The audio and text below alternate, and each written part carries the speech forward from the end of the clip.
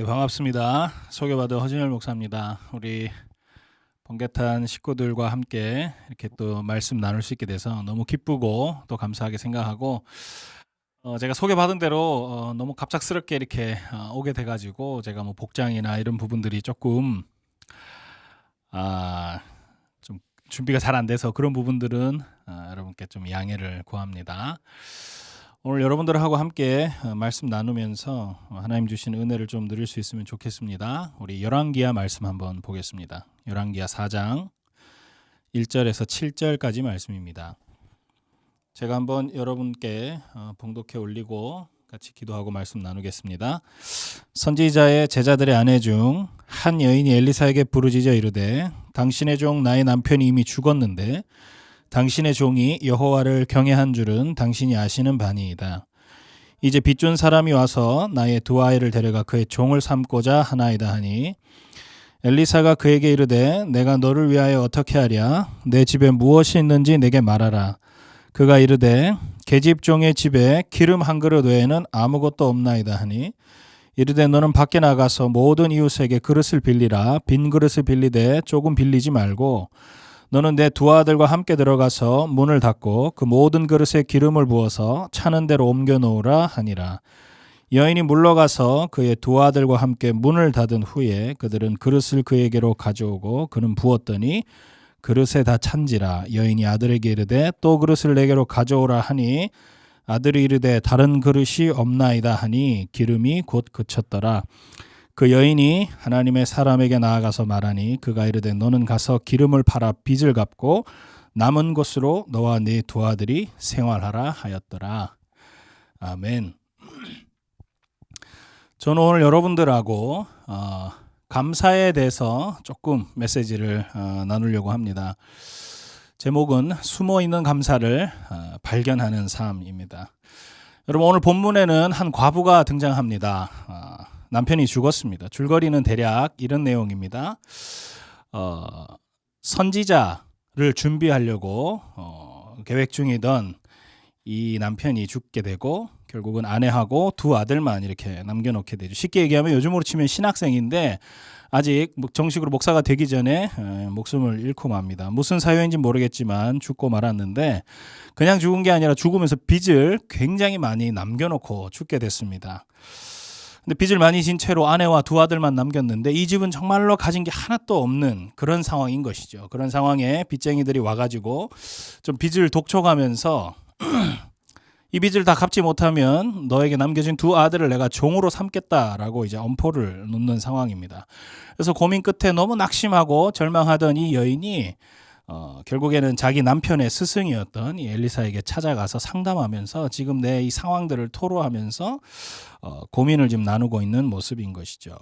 사실 이 여인이 찾아와서 뭐 고민을 나누고 상담하는 것도 중요한 의미가 있겠지만 진짜 이 엘리사에게 자기 심정을 나누면서 필요했던 거는 어쩌면 빚을 못 갚았기 때문에 돈이 필요한 것은 아니었을까 이런 생각을 해봅니다. 결국은 어떻게 하면 엘리사 선지자나 다른 사람들 통해서 제가 어떻게 하면 이 빚을 갚을 수 있을까요? 돈을 좀 구하고 싶은데 뭐 이런 뉘앙스였겠죠.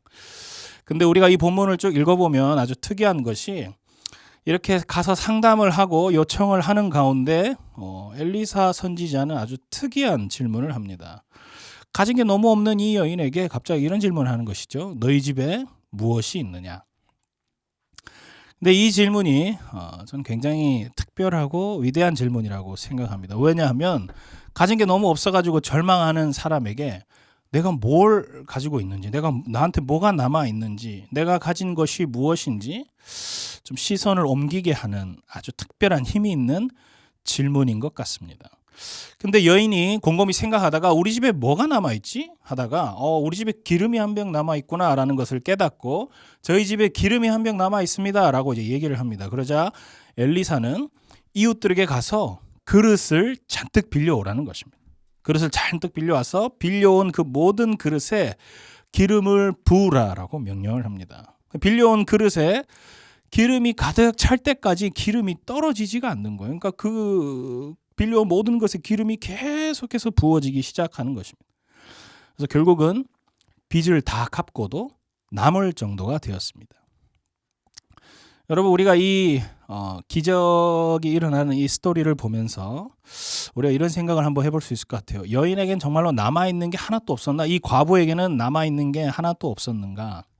여인에게는 무엇이 남아있었습니까?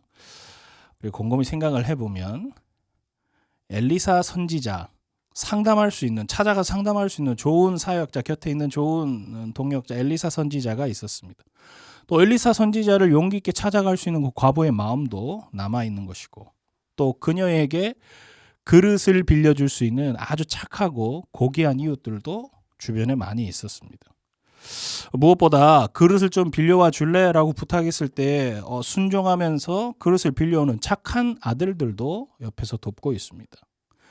그리고 제일 중요한 건, 무엇보다 이 본문에 있어서 가장 중요한 건 이 모든 기적을 행하시는, 기적을 베푸시는 하나님이 그 과부 곁에 함께 계십니다. 여러분, 모든 것이 다 끝났다고 생각하던 이 여인에게도 결국에는 넘치도록 남아있는 것, 또 내가 가지고 있는 것이 많다라는 것을 우리가 확인할 수 있는 것이죠. 다르게 얘기하면 감사할 게 전혀 없다고 생각했는데 돌이켜보니까 굉장히 감사할 것이 많은 감사의 제목을 발견하게 된 것입니다. 여러분, 오늘 저는 여러분들과 상황과 환경을 초월해서 우리가 감사할 수 있는, 우리 일상 가운데 숨어있는 감사를 발견하는 삶에 대해서 얘기를 하고 싶습니다. 이와 비슷한 장면을 신약에서도 발견할 수 있는데, 예수님이 오병이어 사건을 우리가 한번 묵상해 보고 싶습니다. 우리 너무 잘 아는 사건이죠. 베세다 언덕에서 예수님이 부흥회를 하셨고 말씀을 가르치시는데 하루 종일 하시다 보니까 사람들이 많이 지치고 또 시간 가는 줄 모르고 은혜 받는 일이 심취하다 보니까 어느새 시간이 많이 흘러서 다들 배가 고프고 시장기를 느끼고 있었습니다. 예수님께서는 이들에게 영의 양식뿐 아니라 육의 양식으로도 좀 채워주고 싶은 그런 마음을 가지시고는 제자들에게 좀 배불리 먹여서 이 많은 사람들을 좀 보내자라고 제안을 하십니다. 그런데 제자들의 대답이 굉장히 퉁명스러운 거예요.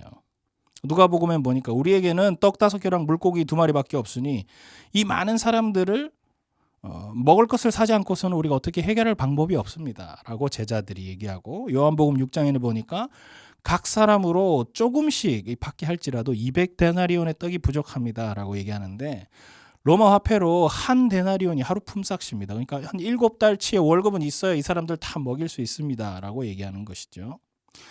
그러니까 뭐 간단하게 얘기하면 제자들은 이 사람들을 먹일 식량도 없고 그것을 살 돈도 턱없이 부족하다. 그러니까 부정적인 사실만을 계속 강조하는 것입니다. 다른 번역본들도 하나같이 살펴봐도 처음부터 끝까지 부정적인 상황들만 강조하고 있습니다. 제자들은 가진 게 없고 지금 이런 상황에서 이 많은 사람들을 먹일 수 있는 것은 불가능한 일입니다. 그것만 힘주어서 예수님께 보고하고 있는 것입니다. 그런데 지금 예수님의 반응은 전혀 다르죠. 주님은 이렇게 얘기하십니다. 지금 가지고 있는 그것을 내게로 가져오라. 지금 가지고 있는 그것, 보리떡 5개, 물고기 2마리 일단 가지고 오라는 것입니다. 그러고 나서는 하늘을 우러러서 축복하십니다. 그리고 감사하시죠.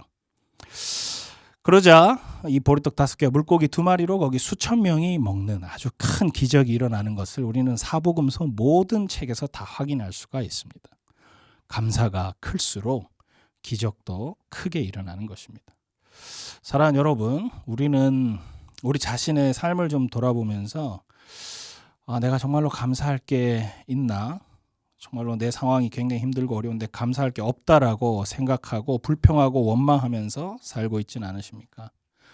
여러분의 삶을 좀 돌아보면서 숨어있는 그런 감사를 발견할 수 있는 저와 여러분이 될 수 있으면 좋겠습니다. 누가복음 17장을 한 번 더 우리 살펴보고 싶은데요. 우리 화면을 보시고 누가복음 17장 11절에서 14절 우리 짧게 한번 보려고 합니다. 예수께서 예루살렘으로 가실 때에 사마리와 갈릴리 사이로 지나가시다가 한 마을에 들어가시니 나병 환자 10명이 예수를 만나 멀리 서서 소리를 높여 이르되 예수 선생님이여 우리를 불쌍히 여기소서 하거늘 보시고 이르시되 가서 제사장들에게 너희 몸을 보이라 하셨더니 그들이 가다가 깨끗함을 받은지라. 여러분, 여기도 상황이 좀 비슷합니다. 굉장히 절망적인 사람들이 나오죠. 누구냐 하면 나병 환자입니다. 나병 환자. 이 사람들은 기뻐할 수 없고 감사할 수 없는 그런 상황에 놓인 사람들입니다. 쉽게 감사하기 힘든 사람들이죠. 아마 이 사람들은 자기 스스로가 이제 우리 인생은 끝났다라고 생각했을 것입니다. 왜냐하면 나병 환자는 몸이 점점 썩어져서 떨어져 나가면서 죽을 날만 받아 기다려야 하고, 그리고 격리돼서, 지금 우리가 코로나 시대라서 격리가 얼마나 무서운지 잘 알고 있는데, 나병 환자가 되는 순간 일터를 떠나고 직장을 떠나고 가족을 떠나서 격리되어야 했기 때문입니다. 사랑하고 정들었던 사람들과 떨어져서 격리된 상태로 그렇게 죽기만을 기다리는 것이 그때 당시의 법이었습니다. 그러니까 외롭고 힘든 상황 속에서 누가 하나 고쳐줄 사람은 없는데 병들어서 점점 죽을 시간만 기다리고 있는 그런 상황인 것이죠. 그래서 끝났다 생각했는데 소망이라고는 전혀 찾아볼 수 없는 이런 상황에 한 줄기 빛과 같은 어떤 그런 복음의 소식이 들려오는 것입니다. 뭐냐면 우리가 살고 있는 이 지역에 예수님이라는 분이 찾아온다라는 거예요. 굉장히 전능한 능력을 가지신 분이, 고치지 못할 병이 없다고 소문이 난 그분이 찾아온다라는 것입니다. 그래서 이 사람들은 그 소문을 듣고 예수님이 계신 곳으로 멀찌감치 떨어져서 거기까지 미리 기다려서 딱 기다렸다가 예수님이 들으실 수 있는 목소리로 굉장히 큰 소리로 외칩니다. 예수님, 우리를 불쌍히 여겨주십시오. 예수님, 우리를 긍휼히 여겨주십시오. 그러니까 예수님이 그들의 외침을 들으시고 그들을 돌아보신 것입니다. 그러고 나서 말씀하시는데 조금 특이한 점은, 예수님이 보통 우리를 불쌍히 여기십시오, 우리를 고쳐주십시오 이렇게 하면은 바로 즉시로 보통 고쳐주시고는 했는데, 이상하게는 다른 명령을 하십니다. 뭐라고 말씀하시냐면, 가서 제사장들에게 가서 너희 몸을 보이라 라는 것입니다. 예수님은 왜 즉시 고치지 않으셨을까? 우리가 이런 질문을 할 수 있겠죠. 왜 예수님은 바로 고치지 않으셨을까? 첫 번째 이유는, 율법에 의하면 나병이 걸린 사람은 그 발병 원인, 그리고 왜 이 병이 치유됐는지 치유가 되지 않았는지를 판단할 수 있는 것은 제사장의 몫이다라고 레위기에 말씀하고 있습니다. 레위기 13장 보니까 사람에게 나병이 들었거든 그를 제사장에게로 데려갈 것이요. 그러니까 우리가 코로나 걸리면 이 사람이 음성인지 양성인지 검사를 하고 이렇게 판별이 나지 않습니까? 마찬가지로 나병이 걸리면 제사장에 가서 이것이 나병인지 아닌지를 판단하고, 그 사람이 나병이 나았으면 제사장이 나았다고 확인해주고 격리 해제를 해줘야 되는 것입니다. 그래서 일단 율법대로라면 예수님이 율법에 의해서 첫 번째로 제사장에 가는 것이 정확한 것이다. 근데 중요한 이유는 두 번째 이유죠. 그것은 뭐냐면, 아직 하나님의 은혜가, 아직 너희들에게 남아있는 하나님의 은혜가 많고 아직 너희들에게 남아있는 감사할 제목들이 많으니까 그것을 깨닫게 해주시려고 그렇게 하신 것입니다. 여러분, 제사장에게 가서 네 몸을 보이라 말씀하시자 그들은, 그 10명이나 되는 나병 환자들은 즉시로 그 말씀 듣고 제사장에게로 출발합니다. 그런데 놀라운 것은 오늘 이 말씀에 순종한 그들이 가다가 깨끗함을 받았다라고 나옵니다. 그러니까 중요한 거는 가서 뭐 어떻게 된 게 아니라 말씀에 순종해서 가는 도중에 나음을 받았다, 깨끗함을 받았다라는 것이지요. 그럼 이제 우리가 이런 질문을 할 수 있겠습니다. 어떻게 갔죠? 이 사람들이 제사장에게 걸어서 갔죠. 두 발로 걸어서 갔습니다. 씩씩하게. 이게 무슨 말입니까? 이 사람들이 나병 환자긴 해도 꽤 중병 환자는 아니었던 것 같고, 아직도 그들은 움직일 수 있는 몸이 있는 것 같고 건강한 다리와 발이 있었기 때문에 충분히 갈 수 있었다라는 거예요. 그래서 그 다리로 걸어서 가다가 치유함을 받는 것입니다. 오늘 우리가 이 본문을 보면서 좀 한 가지 마음에 새겨야 할 것이 있습니다. 예수님이 즉석에서 바로 그들이 원하는 것을 주시지 않았다라는 거예요. 우리가 원하고 바라는 대로 전부 다 해주시기를 기다린다면 그건 지나친 욕심입니다. 예수님은 너희들 발로 직접 걸어서 제사장에게로 가라. 아직 네 발이 걸을만 하니까 그 발로 걸어가라. 아직 남아있는 것들로 감사하면서 노력하면서 그렇게 주님 가라고 말씀하신 것입니다. 그리고 그 말씀 앞에 순종해서 걸어갔고, 결국은 그들이 걸어갔던 그 다리와 발이 치유의 은혜를 입는 도구로 쓰임받았던 것입니다. 사랑하는 우리 번개탄 청취하는 여러분, 우리 인생을 한번 돌아보십시오. 굉장히 다양한 문제들이 있고 어려움들로 인해서 우리 인생에 망가진 부분들도 꽤 많이 있지만 사실 우리에게 남아있는 부분들이 얼마나 많은지요. 감사할 수 있는 제목들이 얼마나 많은지, 하나님 우리에게 주신 은혜들이 얼마나 많은지요. 바로 그 남아있는 것들을 보면서 숨겨져 있는 우리의 감사의 제목들을 고백하기 시작할 때에 하나님의 은혜가 훨씬 더 크게 우리 가운데 임하는 것입니다. 나병 환자도 우리가 돌이켜 생각해 보면 그가 고침을 받을 때에 예수님 우리를 불쌍히 여겨주세요 하고 크게 외칠 수 있는 입이 멀쩡하게 있었고, 또 예수님이라는 것을 확인할 수 있는 눈이 있었고, 예수님이 우리 땅으로 오신다라는 소문을 들을 수 있는 귀도 멀쩡하게 있었던 것입니다. 그리고 걸어갈 수 있는 다리를 이용해서 걸어가다가 고침을 받는 것이죠. 우리는 세상을 살아가면서 내게서 없어진 것, 내가 잃어버린 것, 또 내가 빼앗긴 것, 내가 망가져버린 것, 내게 훼손된 것 때문에 굉장히 많은 원망과 불평을 하면서 절망 가운데 살아가는 경우들이 참 많이 있는 것 같습니다. 그러나 우리는 빼앗긴 것이나 잃어버린 것이나 훼손된 것이나 상처 입은 것 대신에 여전히 내게 남아있는 것, 여전히 내게 남아있는 많은 것들을 바라보면서, 여전히 내가 누리고 있는 내게 주어진 것들이 얼마나 많은지 그 은혜를 바라보면서 하나님 앞에 감사할 수 있어야 한다는 것입니다. 우리에게 남아있는 것으로 만족하며 기뻐할 때에 하나님이 그 모습 가운데 훨씬 더 큰 은혜를 부어주신다라는 것입니다. 감사할 수 없는 상황에서도 우리가 감사를 찾으면서 고백할 때에 바로 그때가 하나님이 크신 은혜를 베푸시는 통로임을 여러분 기억하시기 바랍니다. 데살로니가 전서 5장에 보면 우리가 너무 잘 아는 말씀이 있죠. 거기 보면 18절에 범사에 감사해라 라고 말씀하십니다. 이것이 그리스도 예수 안에서 너희를 향하신 하나님의 뜻이니라. 언제 어떤 상황에서도 우리가 하나님 앞에 감사할 수 있는 마음을 가지는 것, 모든 일들 가운데 감사할 수 있는 마음을 가지는 것이 하나님의 뜻이라는 것입니다. 근데 이 말씀을 잘 보면 명령문입니다. 감사는 우리가 선택한 어떤 대상이 아니고 감사해 줄래? 이런 개념이 아니라 하나님이 명령하신 것입니다. 모든 일에 감사해라. 해야만 하는 것입니다. 왜냐? 감사가 우리가 넘칠 때 하나님 앞에 어려운 이 세상에서 우리가 여전히 즐겁고 행복하게 살아갈 수 있기 때문에 그렇습니다. 노르웨이 속담에 보면 감사하는 마음밭에는 사단이 씨앗을 뿌릴 수가 없다라고 얘기합니다. 그러니까 뭐 같은 형편과 상황이라 해도 주어진 삶에 우리가 어떻게 반응하고 생각하는지에 따라서 우리는 행복한 사람이 될 수도 있고 또 불행한 사람이 될 수도 있는 것입니다. 감사는 신앙 고백이나 마찬가지인 것이죠.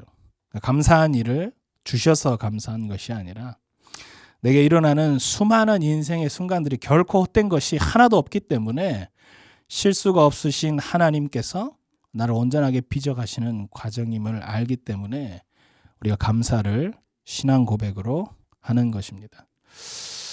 오늘 함께 이 방송을 보면서 말씀을 듣고 있는 여러분들은 무엇으로 감사하고 계십니까? 우리가 많이 가지면 감사할 수 있습니까? 우리가 원하는 것을 이루면 감사할 수 있습니까? 내가 남들보다 성공하고 잘 나가면 감사할 수 있습니까?